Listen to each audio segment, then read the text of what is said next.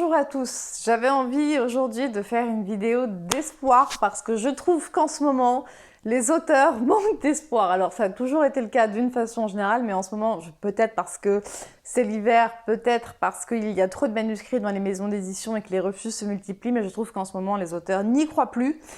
Et ma mission, c'est quand même de vous dire que on ne lâche pas l'affaire, on ne lâche pas l'affaire. Voilà, c'est juste un fondement que vous devez avoir en tête en permanence, c'est « je ne lâcherai pas l'affaire ».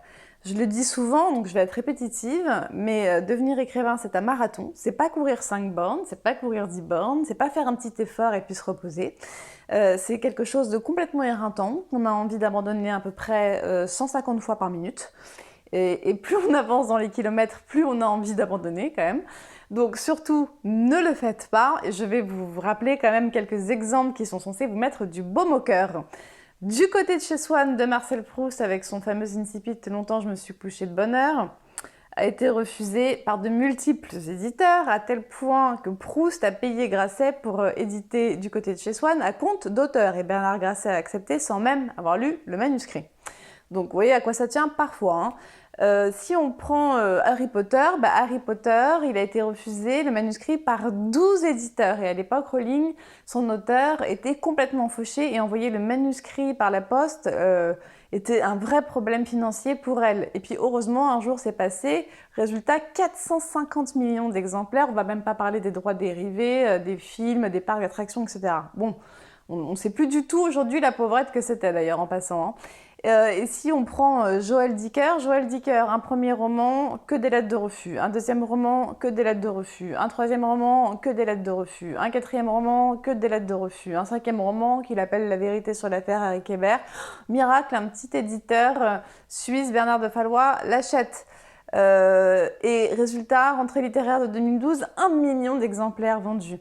Ce que je veux vous dire là, c'est que le travail paye, ça paye. Et tant pis si ça prend 5 ans, si ça prend 10 ans, si ça prend 15 ans, oui, à la fin, ça paye. Alors bien sûr, il y a des belles histoires, il y a des alignements de planètes, des gens qui écrivent un premier manuscrit, paf, ils l'envoient ou ils participent à un concours, ils gagnent direct, etc.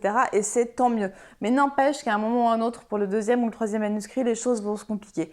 Parce que c'est la vie de tous les auteurs. Voilà, il faut vous faire cette raison. C'est archi difficile et vous allez connaître des moments de galère, des moments vraiment compliqués où vous allez vouloir abandonner. Mais c'est là où vous devez vous entourer de gens qui arrivent à croire en vous quand vous ne pouvez plus y croire vous-même. Et je peux vous assurer que c'est la répétition de toutes ces séances d'écriture, c'est la répétition de ces échecs, c'est la répétition de ces refus qui vont vous forger finalement un vrai caractère d'auteur, qui vont vous apprendre à retravailler les points qui ne vont pas, à voir votre manuscrit avec un nouvel œil, à vous mettre davantage à la place du lecteur. Ça fait partie du parcours du combattant. Voilà. Vous ne pouvez pas faire l'économie de cela.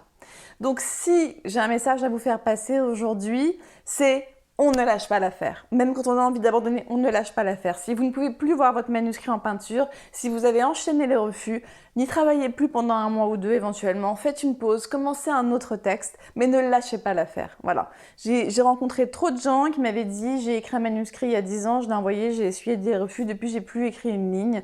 Ça pour moi c'est du gâchis en fait, ça veut dire que vous vous arrêtez à un échec, et l'échec on en a tous, je peux vraiment, vous le savez, quel que soit ce qu'on fait dans la vie. Et je pense que artistiquement, c'est là où on en a le plus. Et quand on crée quelque chose aussi, bah oui, peut-être que là, vous galérez, peut-être que c'est dur, mais vous ne lâchez pas l'affaire. Vous faites une pause et vous y remettez. Voilà, à très bientôt.